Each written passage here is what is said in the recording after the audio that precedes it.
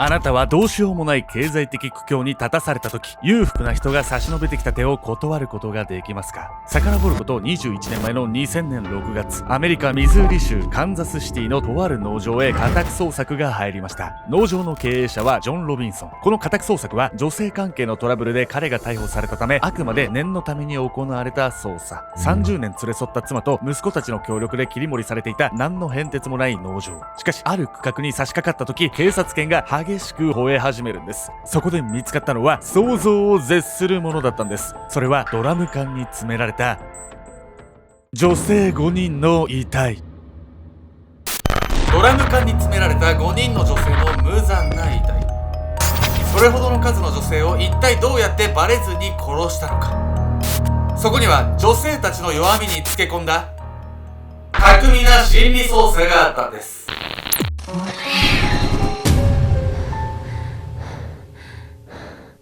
おっさっす。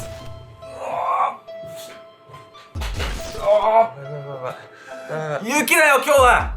全員集合。どうも、少年の心のまま年を取ってしまったケンちゃんです。ヤミカです。でもね、私虚しいのがね、この雪を見てね、あんまりウキウキしなくなっちゃったんだよね。ウキウキしかしない。これ見てください、このきめの細かいこの雪。これ早く捨ててきて。皆さんね、今日はね、東京も大雪ですよ。もう警報出てね、電車が止まってるんですけど、皆さんはね、大丈夫ですかね。東北の人すごいっすね。日常茶飯事よ、日本海側の方は。毎日騒いじゃうね。鎌倉作りたいもん。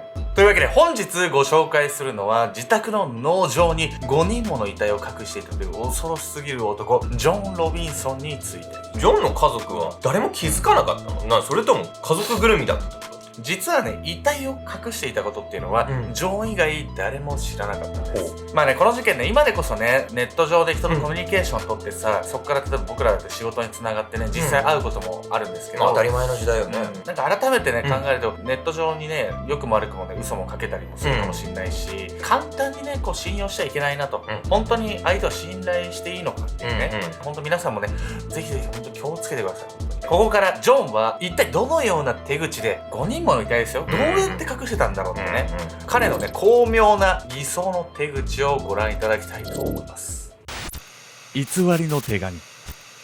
遡ること23年前の1999年12月、アメリカミズーリ州が今回の舞台。カンザスシティの農場経営者であるジョン・ロビンソンは、父親の介護のために住み込みの女性介護士を雇いました。介護士の名前はスゼット・トルーテン。スゼット・トルーテンは愛犬を連れてジョンの家で介護士として住み込みで働き始めるんです。翌年の2000年、警察のもとに1本の電話が。電話をかけたのはスゼットの母親。母親はこう話しました。ジョン・ロビンソンという男のもとで働き始めてから娘のスゼットと全然会えないのよね。警察が詳しく事情を聞くと、スゼットは友人や母親に自分の近況をメールでまめに送っていたんですが、誰一人として実際に会えていないというんです。警察は不審に思ったんですが、連絡が定期的に行われていることから事件性はないと判断し、捜査には踏み込みませんでした。踏み込めそこ。しかし、ある通報をきっかけに警察はスゼットの母親の話に事件性を疑うようになるんです。それは出会い系サイトでジョンと知り合った女性がジョンに暴行を受けたというもの。そして同時にある不可解な事実も発覚するんです。介護士のスゼットが消息を絶ったのと同時期に、彼女の愛犬がジョンの農場の近辺に置き去りにされていたんです。スゼットの母親によると、スゼットはどこに行くのにも愛犬と一緒。愛犬の世話をせずに野放しにすることはとても考えられないというんです。なんで警察はスゼットの犬だっていう確証が持ってたわけ？本当にそれで確定していいのかどうなんだろうと思ったんですけど、残された犬が新しい飼い主の方に行ったんですけど、その飼い主の方までわざわざ行って、スゼットがね呼んでいた名前で犬呼んでみたんですよ。そしたらめちゃくちゃ喜んできたっていうのを根拠にしてるらしいんですけど、それなんか別に他の名前でもまああるのかもしれないからね。人懐っこい犬だったらね、喜んで尻尾振りそうだよね。そうですよね。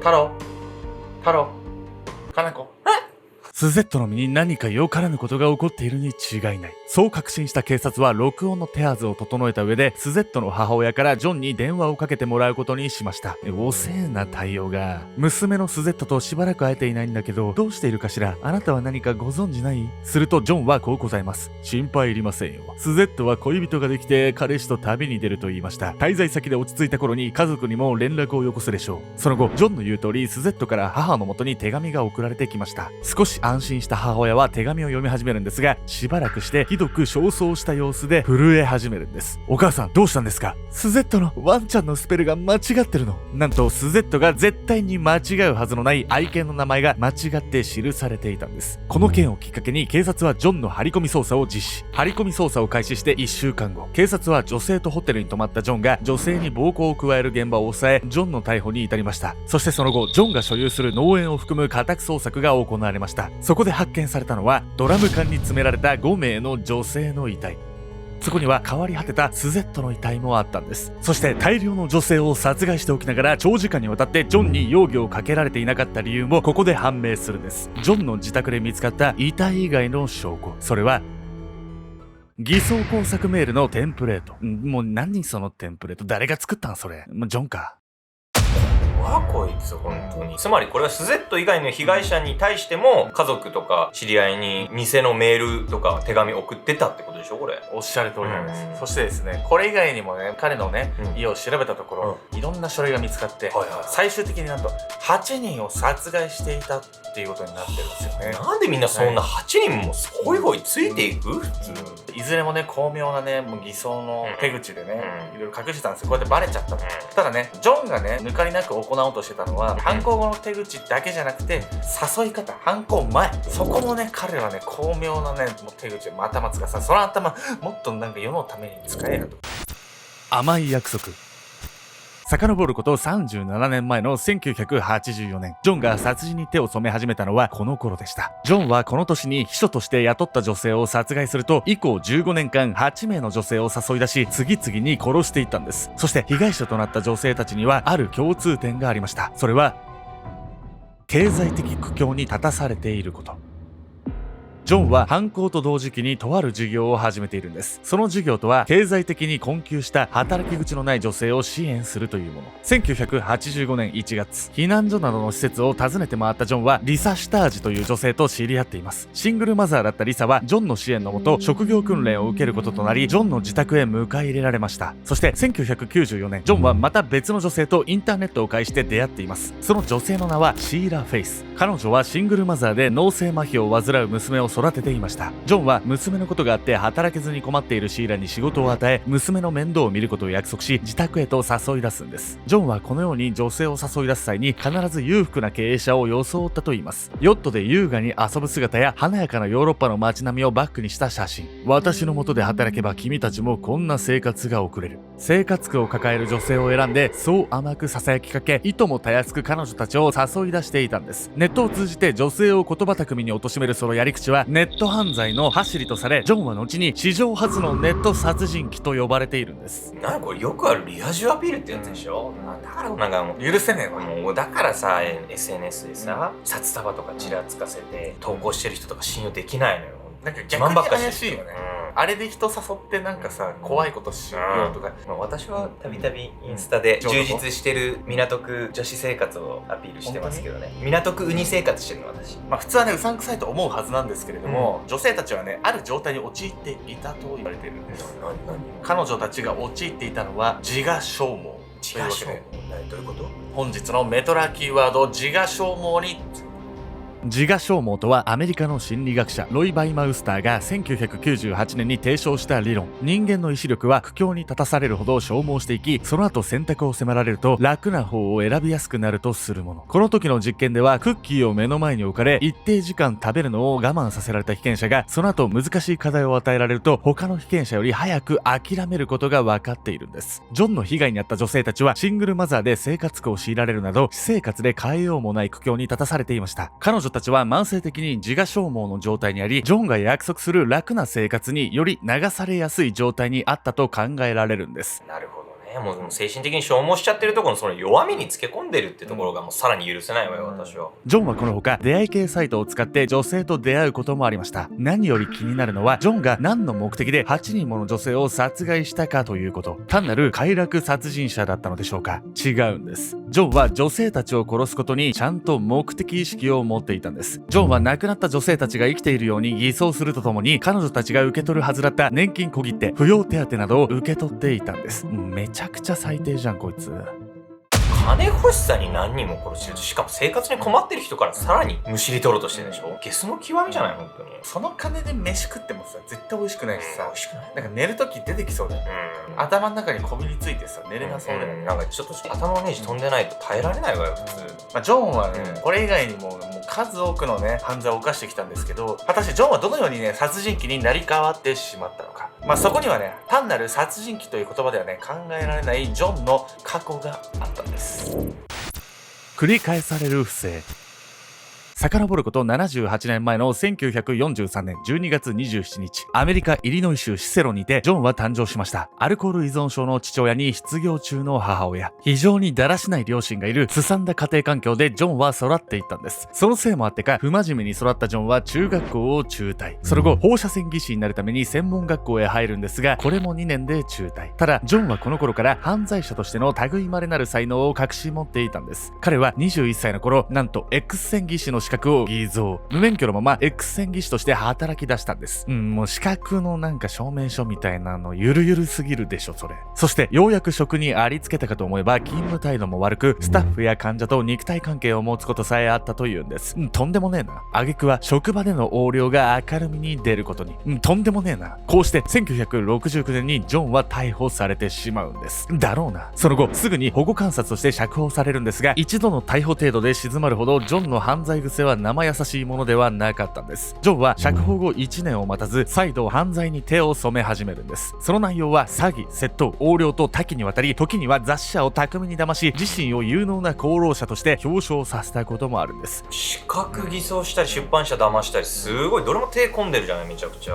8人殺してねそれを隠し続けられるってことなんで、絶対僕もう絶対無理ですもん、殺さんすけど、ジョンはね相当頭の切れるやつだったのかもしれないんです。認めたくないけど。以降も犯罪行為を続けたジョンは1987年に再逮捕。この頃にはすでに殺人に手を染めているんですが、発覚していないため別の罪状での服役となるんです。驚かされるのは、ジョンが服役中にも殺人のターゲットを探していたということ。刑務所図書館員として働いていた女性と懇意になり、釈放された後に誘い出して殺しているんです。いつからかタガが外れてしまったジョンは、まるで息を吸って吐くのと同じように日夜様々な犯罪を犯していました。2回も逮捕されてたの？そんなんだったら警察疑わなかった方が逆に不思議なくらいよこれ。実はジョンのね周囲の人誰一人としてジョンを疑っていなかったというんです。というのもですね、ジョンの、殺人鬼としての顔っていうのは裏の顔で、表向きはでも本当にみんなにめちゃくちゃ優しくて、穏やかな性格だったと言われてるんです。逆に怖いわよそれ。逆に怖い、普段ニコニコして穏やかそうな人が余裕で人を殺してるで8人隠してる、こんな恐ろしいことありますみたいなね。熱い信頼。2度の逮捕歴を持っていたジョンなんですが、彼は地域でかなりの人望がありました。ボーイスカウトの指導者、少年野球のコーチ、日曜学校の教師、様々なコミュニティのリーダーとして頻繁に駆り出されていたんです。そしてジョンのこのような二面性は実は少年時代からのものでした。ジョンは13歳の頃にボーイスカウトのリーダー格であるイーグルスカウトになり、代表として国外へも派遣されるほど優秀だったというんです。周囲からはさぞかし真面目な青少年に映っていたことでしょう。兄ドナルドからの信頼も厚く、ジョンが犯罪を犯すようになってからもドナルドがジョンを犯罪者扱いすることはありませんでした。その証拠にドナルドはジョンに不自然な頼み事をされた際も疑うこともなく答えています。ジョンに殺されたうちの一人、シングルマザーのリサには4ヶ月になるティファニーという娘がいました。ジョンは彼女の母リサを殺害すると、兄のドナルドにティファニーを差し出し、こう説明するんです。母親が自殺してしまって引き取り手がいなくて困っている。養子縁組の手続きを済ませてから引き取ってほしい。兄ドナルドはこの言葉を完全に信用し、ティファニーを我が子として育てることにしました。どこから連れてきたかわかんない赤ん坊を引き取るってさ、お兄さんめちゃくちゃジョンのこと信頼してるでしょこれ。そうっすよね。ちなみにジョンはですね、お兄さんから養子縁組のね費用として、結構な金を受け取ったらしいです。じゃあってことはティファニーをそうやって引き取って預けたの、全部金のためじゃないこいつ。そうなんです。ティファニーのためとかじゃなくて、自分がお金欲しいから子供連れてきてお兄ちゃん差し出してお金と交換みたいなね。どこまで行かれてんのよ。驚かされるのは、ジョンがティファニーをドナルドに預けたことだけではないんです。ティファニーはなんと15年間何も知らずジョンの兄夫婦に育てられていたんです。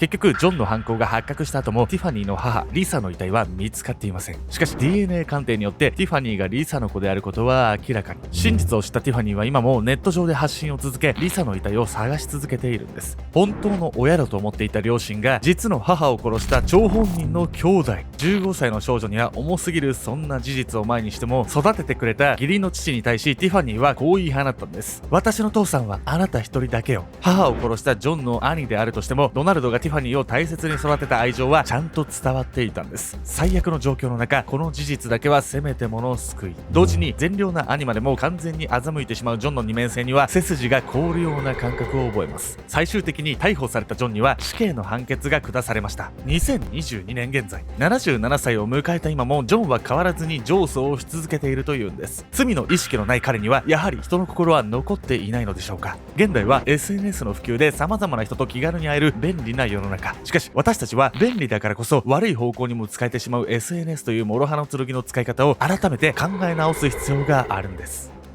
おそうっす。雪が降っとるよ。今日は雪が降っとるけれども、皆さんに雪より嬉しいね、感謝の気持ちをお伝えしたいんですけれども、我々ね、インスタやってるんですけれどもね、この間ね、インスタライブするよっつったらね、みんなめちゃくちゃフォローしてくれてね、ありがとうございます、本当にね。もうね、そこら辺の札束ちらつかせてるやつより私のウニインスタグラムの方がずっと信用できるわよ。俺のニコニコワンちゃんインスタの方がね、可愛いワンちゃんいるんで。あれ元旦に1回紹介しただけでしょ。実家でね、めちゃくちゃ可愛いワンちゃん飼ったんで、ぜひね、見に来てください。めちゃくちゃ可愛いですよ。もうそんなと思うじゃん。生後5ヶ月。ありがとうございました。